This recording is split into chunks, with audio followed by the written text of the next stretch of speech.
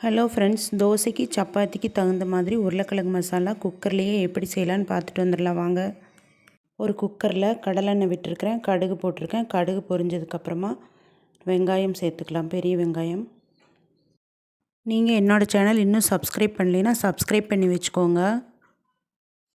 வெங்காயம் நல்லா வதங்கினதுக்கப்புறமா நம்ம எடுத்து வச்சுருக்க சோம்பு அரை ஸ்பூன், ஒரு கிராம்பு, சின்ன பட்டை எல்லாம் சேர்த்துட்டு கொஞ்சம் இஞ்சி சேர்த்துட்டு பச்சை மிளகாய் 2, வரமிளகா 1 சேர்த்துருக்குறோம், தக்காளி சேர்த்துருக்கோம்.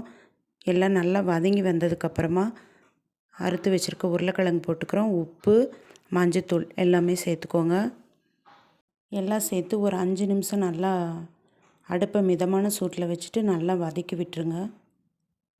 இஞ்சி சேர்த்துக்குங்க. பட்டை, கிராம்பு, சோம்பு உங்களோட விருப்பம்தான், ஆனால் சேர்த்துட்டிங்கன்னா நல்லா டேஸ்ட்டாக இருக்கும். நல்லா வதங்கினதுக்கப்புறமா அரை டம்ளர்லேருந்து 3/4 டம்ளர் தண்ணி சேர்த்துக்கலாம். அரை டம்ளர் சேர்த்திங்கன்னா கொஞ்சம் கெட்டியாக கிடைக்கும் மசால். 3/4 டம்ளர்லேருந்து 1 டம்ளர் சேர்த்திங்கன்னா கொஞ்சம் தோசைக்கு சப்பாத்திக்கெல்லாம் தொட்டு சாப்பிட்றதுக்கு நல்லாயிருக்கும்.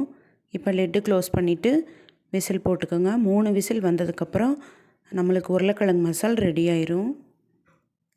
என்னோடய வீடியோ உங்களுக்கு பிடிச்சிருந்தது அப்படின்னா லைக் பண்ணிக்கோங்க, ஷேர் பண்ணிக்கோங்க. நீங்களும் இந்த மாதிரி வீட்டில் சமைச்சு பார்த்துட்டு கமெண்ட்டில் சொல்லுங்கள். பாருங்கள், இப்போ 3 விசில் ப்ரெஷர் அடங்கினதுக்கப்புறமா எடுத்து நல்லா இந்த மாதிரி ஸ்மேஷரில் ஸ்மாஷ் பண்ணிக்கோங்க. இல்லை அப்படின்னா நீங்கள் அப்படியே கூட பீஸாக வேணும் அப்படின்னா ஸ்மாஷ் பண்ணாதீங்க, அப்படியே வச்சுக்கோங்க. தண்ணியை கொஞ்சம் கம்மி பண்ணி இன்னும் கொஞ்சம் கெட்டியாக இருந்துச்சு அப்படின்னா மசால் தோசைக்கு அப்ளை பண்ண தின் லேயராக கிடைக்கும். நீங்களும் செஞ்சு பாருங்கள். தேங்க்யூ.